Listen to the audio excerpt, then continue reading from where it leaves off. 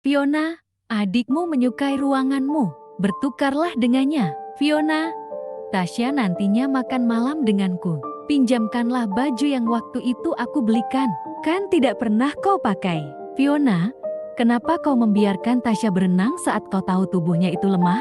Apa yang sudah kukatakan? Sejak Kevin dan Tasya saling menyukai, kenapa kau yang keras kepala? Tidakkah kau bahagia membiarkan mereka bersama? Kau putri wali kota. Bukannya semua pria di kota ini mau memilihmu. Kau membuat semuanya tidak tenang. Kakakmu sampai sakit karenamu juga. Kenapa kau seegois ini? Aku kecewa padamu. Tiba-tiba semua perkataan neneknya menggema di telinganya dan dengan sekejap geram di dadanya. Terkadang saat orang lari dari sesuatu, takdir akan menghantui orang itu dengan mimpi buruk. Saat mereka sampai di rumah sakit, neneknya baru selesai dengan operasinya dan masuk ruang perawatan. Kata dokter dia tiba-tiba stroke dan dia bisa saja kehilangan nyawanya jika tidak segera dilarikan ke rumah sakit tepat waktu. Fiona berdiri di sampingnya dan melihat neneknya yang masih belum sadar. Yulia terlihat khawatir. Saat melihat Fiona matanya penuh kebencian. Ada apa? Tanya Fiona dingin. Yulia menghela nafas berkata, Media Budaya Group melakukan kontrak kerjasama dengan beberapa proyek besar. Tapi tiba-tiba para investor menarik diri. Wakil direktur melarikan diri setelah menggelapkan dana dan sekarang menghadapi krisis. Dan nenekmu, kenapa terjadi begitu tiba-tiba? Fiona memandangnya ragu. Matanya memancarkan kesedihan. Semuanya bermula dari Tasya. Direktur grup Smith tertarik dengannya sudah lama dan mau menikahinya.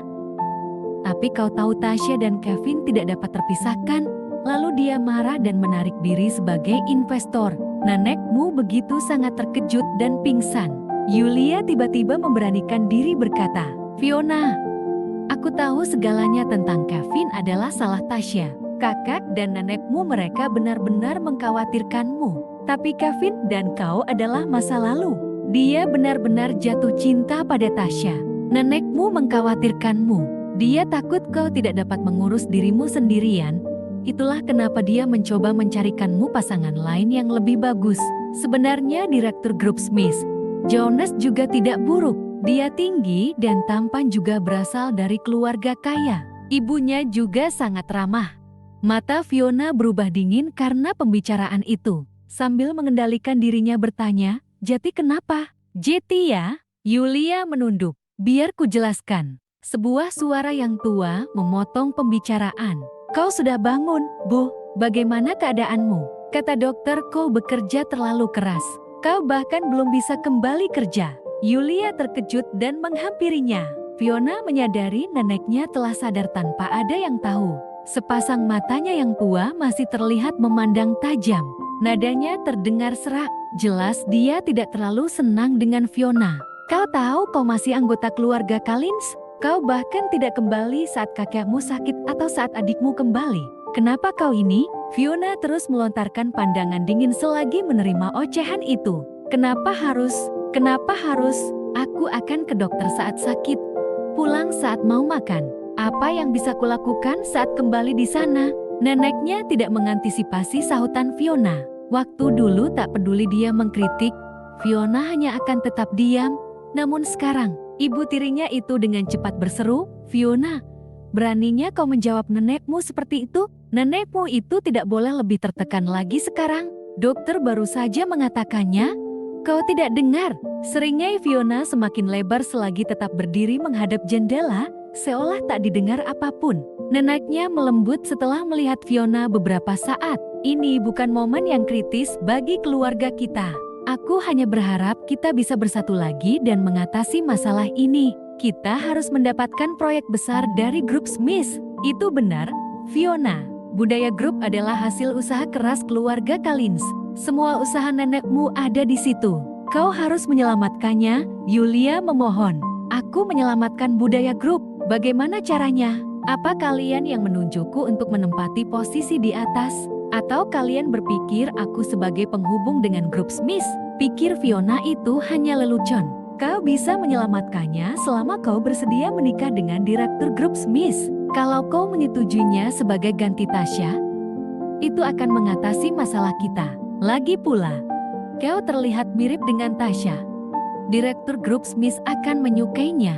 Neneknya penuh dengan keyakinan saat mengatakannya. Fiona pun terpaku. Pikiran-pikiran jahat menggerayanginya dan memandang neneknya, dikiranya dia salah dengar. Apa katamu barusan? Menikah dengan direktur grup Smith menggantikan Tasya? Fiona, direktur grup Smith itu orang hebat. Dengan begitu, kamu akan segera melupakan Kevin. Jadi nanti kamu dapat menikah di hari yang sama dengan adikmu. Yulia menjelaskannya dengan semangat. Jadi kalian ini tidak sabar mendorongku dan menggantikan Tasya sebagai ganti mengatasi krisis budaya grup? Fiona berbalik melihat neneknya dengan tak acuh dan tersenyum paksa. Terus terang, aku tidak tahu bagaimana bisa kalian berdua memintaku melakukan ini. Bukannya kalian selalu bersikap tinggi hati dan sombong sejak kalian pikir telah memberikan banyak padaku. Kenapa aku yang harus menjadi korban dalam pernikahan ini? Celahannya membuat neneknya menatapnya marah. Fiona, tidak bisakah kau menyetujui ini demi Tasya? Jonas jauh lebih baik daripada Kevin. Nada Yulia memohon. Kalau begitu, kenapa tidak dia saja? Dia kan sahabat itu, mungkin lebih malah. Lagi pula, kau sendiri yang bilang direktur grup Smith tertarik pada Tasya. Jawab Fiona ketus. Neneknya penuh amarah. Fiona, jangan lupa Tasya pernah menyelamatkanmu di lorong gelap itu di belakang rumah lama kita. Pisau itu akan menikahmu jika bukan karena dia. Sejak itu tubuhnya lemah karena semuanya salahmu. Bagaimana bisa kau sedurhaka ini? Tasya menyelamatkan hidupmu. Tubuh Fiona terasa kaku dan wajahnya pun memucat. Bagaimana bisa dia melupakannya? Malam itu adalah saat Tasya melompat melindunginya. Dia tidak akan pernah melupakan itu di mana Kevin dengan sedih memeluk Tasya. Dia tidak lupa tamparan neneknya yang begitu menyengat pipinya. Dia juga tidak lupa dengan tatapan dingin dan amarah ayahnya. Fiona bisa bilang apa? Dia sebenarnya tidak memerlukan pertolongannya sama sekali dan bisa menghindarinya. Namun Tasya berteriak ketakutan dan menggenggam tangannya, membuatnya tidak bisa bereaksi dengan cepat. Kenapa Kevin ada di sana? Dari mana datangnya si pelaku? Apa mereka tidak memikirkannya? Fiona tiba-tiba tertawa sendiri dengan raut yang masam. Aku mengerti. Kelihatannya kalian membiasakan membawa-bawa ini setiap kali kalian memaksaku melakukan sesuatu. Aku hanya menceritakan yang sebenarnya. Karenanya tubuh Tasya masih lemah. Tidakkah kau pikir kaulah yang harus bertanggung jawab? Neneknya berhenti berbaik-baik. Nadanya berubah ketus. Ulang tahun kakekmu akan segera tiba. Aku tidak mau berdebat denganmu sekarang. Pulanglah di hari itu juga. Bukannya marah, Fiona malah terkekeh. Bibir kecilnya tersenyum. Tentu, aku akan datang karena itu ulang tahun kakek. Tapi untuk mengorbankanku demi Tasya dan kalian semua, bermimpilah. Aku juga tiba-tiba berpikir bahwa budaya grup merugi dan akhirnya bangkrut. Itulah yang kutunggu. Fiona pun mengambil kacamata hitamnya, dia berpaling dengan kaki jenjangnya itu kemudian melangkah keluar. Tekanan darah neneknya naik tidak karuan. Jika bukan karena Yulia, dia pasti akan menggila. Hebat ya, hebat. Sudah besar sekarang ya kan? Dasar tidak tahu diri. Neneknya terus berteriak. Ibu, sekarang bagaimana? Rintih Yulia. Apa yang bisa dilakukannya? Tak peduli bagaimana, dia masih darah daging keluarga Collins. Aku masih punya cara membuatnya menyesalinya di depanku. Neneknya tersenyum. Selagi berjalan di lorong gelap rumah sakit, langkah Fiona seolah terasa tak ada habisnya. Dia menyadari dirinya telah hancur berantakan. Tak disangka orang yang terdekat dengannya memisahkan dia dari keluarga dan cinta sejatinya, bahkan mengampuninya atas semua itu. Mereka hendak menjadikannya tumbal. Kak, kau mau kembali? Bagaimana keadaan Nena?